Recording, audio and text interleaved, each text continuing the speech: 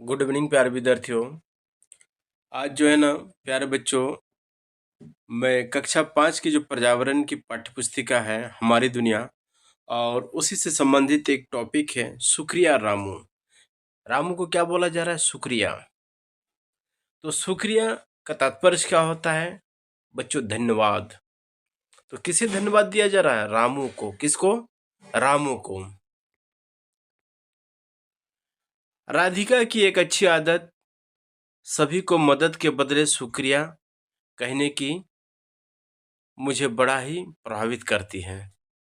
राधिका की एक सबसे अच्छी आदत क्या है? अगर उसके कोई काम कर देते हैं तो सभी को मदद के बदले में शुक्रिया कहने की मुझे बड़ा ही प्रभावित करती है। राधिका कक्षा 5 में पढ़ती है। राधिका कितनी कक्षा में पढ़ती है?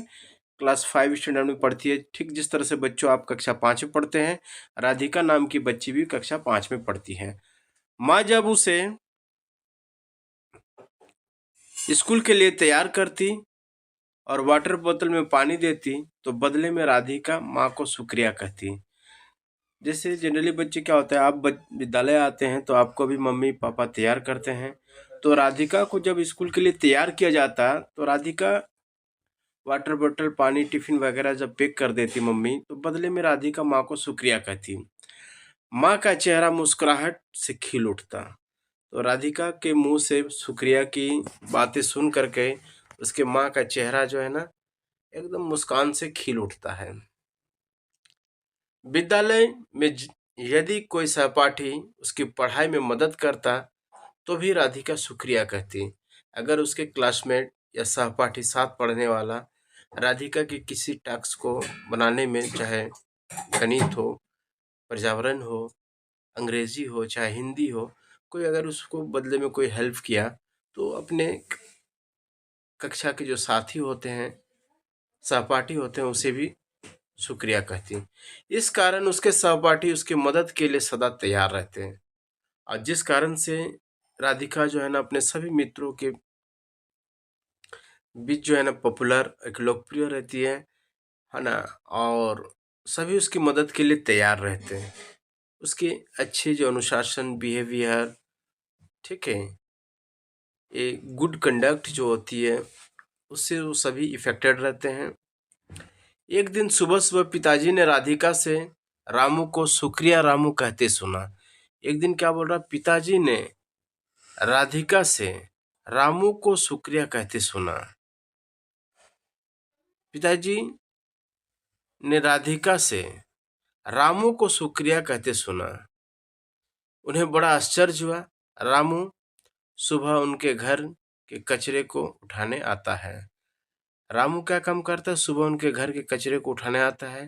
उन्होंने राधिका से पूछ ही लिया, क्या बात है बेटा, तुमने रामू को शुक्रिया क्यों कहा, है ना?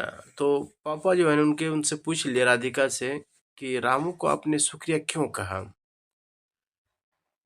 वह हमारे घर के कचरे को ले जाता है और हम उसके बदले उसे रुपये भी देते हैं, फिर शुक्रिया क्यों? तो पापा कह रहे हैं कि रामू जो है ना हमारे घर से कचरे को ले जाता है, उसके एवज में हम उन्हें जो है ना उचित मूल्य भी देते हैं, तो फिर उसे शुक्रिया क्यों?